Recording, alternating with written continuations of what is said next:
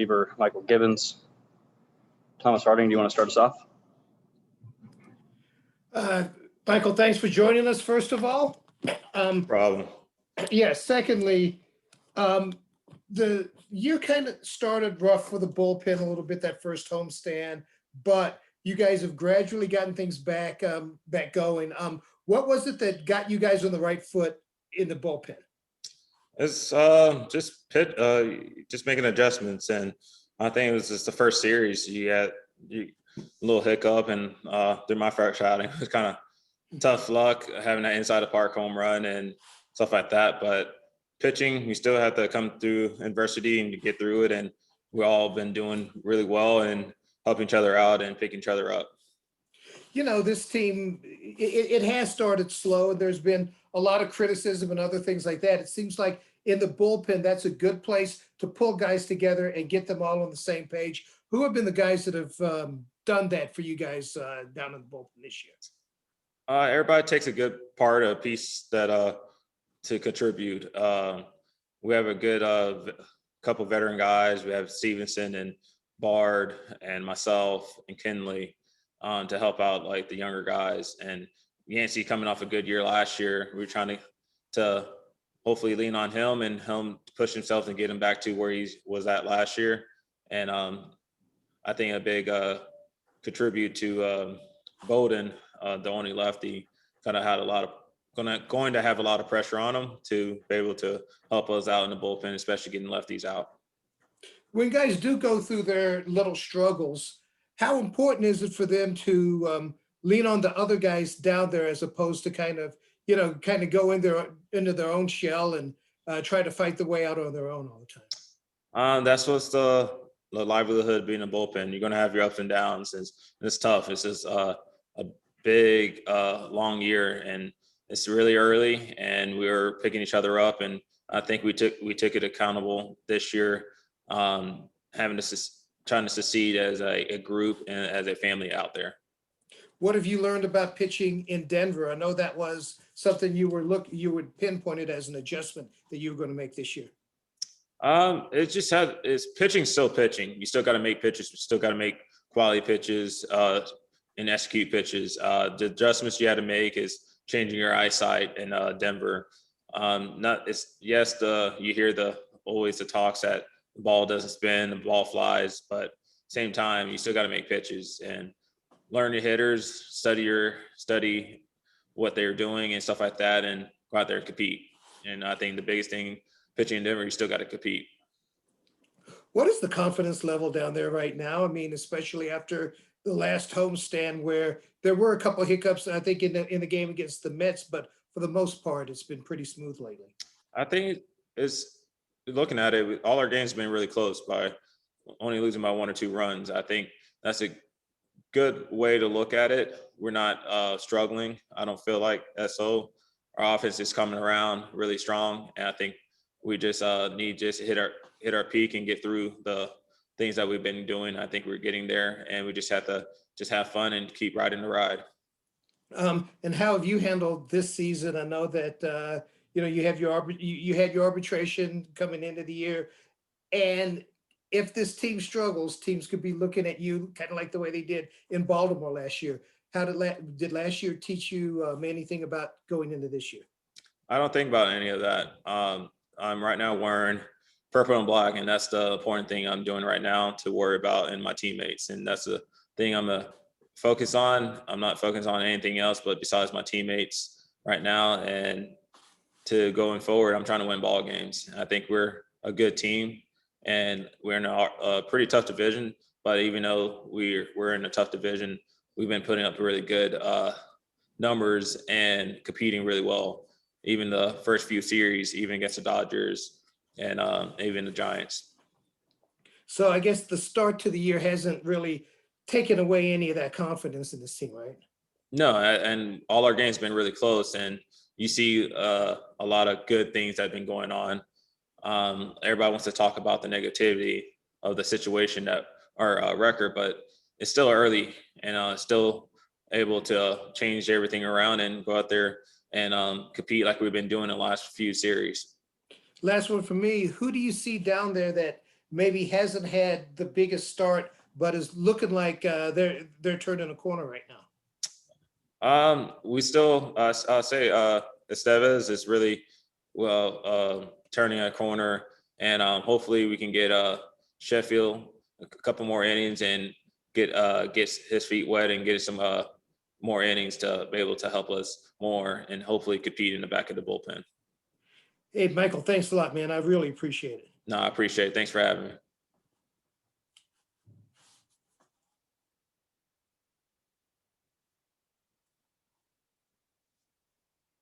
For now, Patrick, go ahead.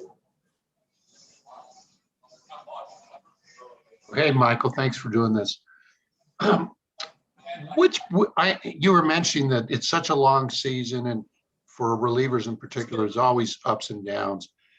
For you right now, what's working the best for you right now, would you say, of the pitches in your repertoire? No, just using my veteran presence and learning what I've gone through throughout my career and making adjustments. So wherever I go, every year is a new year. So just right now, just trying to just stay composed of what I'm doing and still stay consistent. But I meant in particular your individual pitches. Is there any one that's really on point right now for you?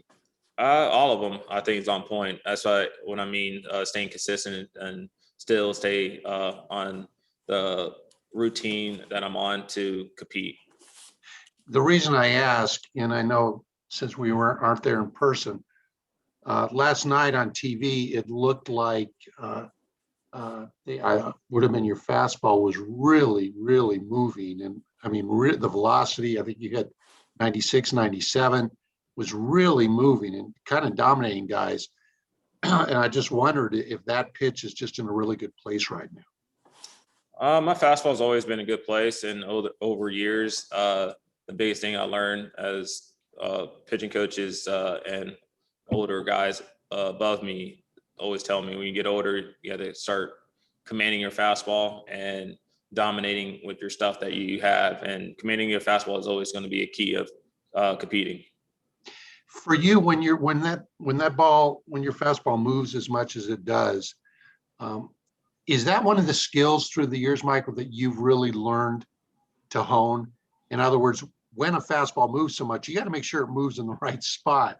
And is that something that you've kind of taken pride in, the fact that, yes, if a pitch is moving, you can locate it to where it's to your advantage and not the hitter's advantage? I don't worry about all the movement. I worry about trusting what I have and trusting and staying behind everything and competing. But it mostly just over years, just learning what location that I have my strengths at and locating the fastball. Cool. Thanks, man. Appreciate it. Thank you. Hey, Michael, it's Nick Groke at The Athletic. To follow up earlier, you have had a kind of a wild, 7 months, 8 months after the trade. The team even is quite a bit different than the one that you joined back then. Does it feel like a whirlwind to you?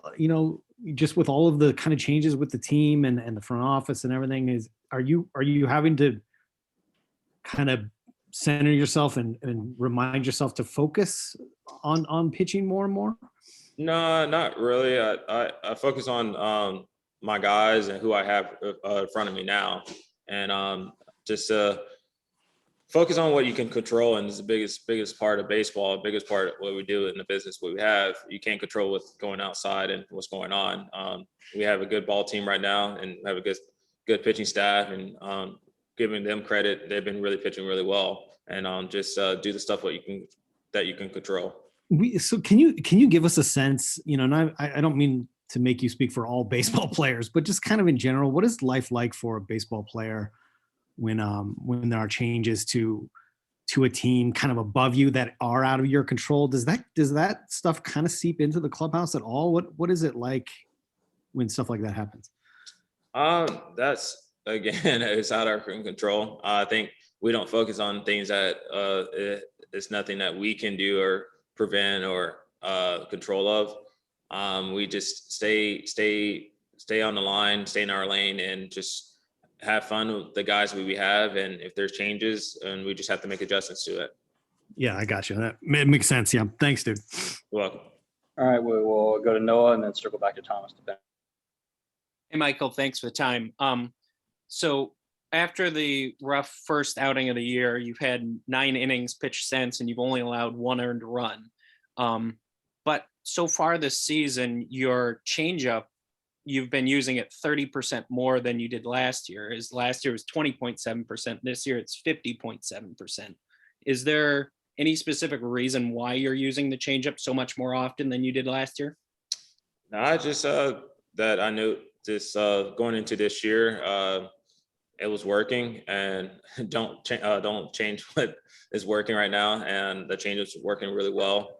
And I think that since it's working really well and making adjustments to being out here and just knowing I'm getting guys out with that, and just until they make adjustments off of me. And also too, out in the bullpen, obviously you have 2 rookies in Ben Bowden and Jordan Sheffield. You talked about Sheffield a little bit, but can you describe what you've seen out of them on the field and just hanging out with them in the bullpen? I've been really proud of the 2 rookies that we have in the bullpen. That's really confidence out there, and I like that, their attitude. And they're really soak up a lot of information. They're asking a lot of questions and learning from us veteran guys, older guys out there.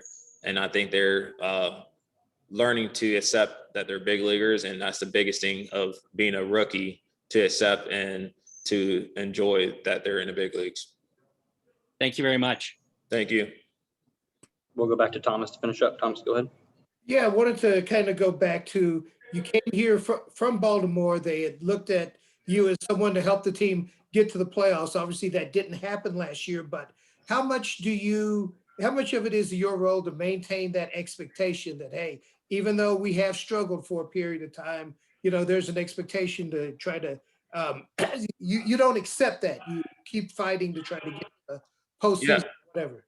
Yeah, I accept the challenge, and I accept that they brought me in as a veteran guy to help maintain a lot of things that go on in the bullpen and experience, and learned a lot through the past couple years in Baltimore, not having a winning season then, and now taking all that struggle to come out here to have some success and to be a leader and help other guys, younger guys to have those success, and teaching them to the right direction and try to compete and hopefully win ball games. Is that attitude still there that, hey, somehow we're going to get this thing turned around and get to the playoffs? Definitely. There's always that attitude, and a lot of things I learned throughout my career, and being in Baltimore, we had the strongest part of our team in Baltimore was our bullpen. And I think that's a good presence that we have over here. We keep a lot of games close, and with our, we have a good mix of pitchers out there to compete and be able to make a playoff push. Is that difficult though, when you do go through some struggles, or what have you learned about struggle? Because you had some playoffs in Baltimore and some struggle there. What have you learned that maybe could help this team? You have to learn to accept your failures. That's the biggest thing. Until you learn how to accept that you're going to struggle and fail and come over in adversity, to understand those failures, to understand when you have the failing, to understand to have those failures, to get over that hump, to be able to get back on track to succeed. That's the biggest thing. Talk to these guys when they're struggling, and when they're not having a good outing, turn the page and move on. You get back on the bunk and compete the next day. Yeah, so it's not just accepting as much as accepting that you have to understand why it happens, right? Correct. And learning throughout your pitches and stuff like that, your sequence, and learning the stuff that did happen, that we kind of learn from it, and to make changes and to be successful next time. All right. Hey, thank you, Mychal. Thank you.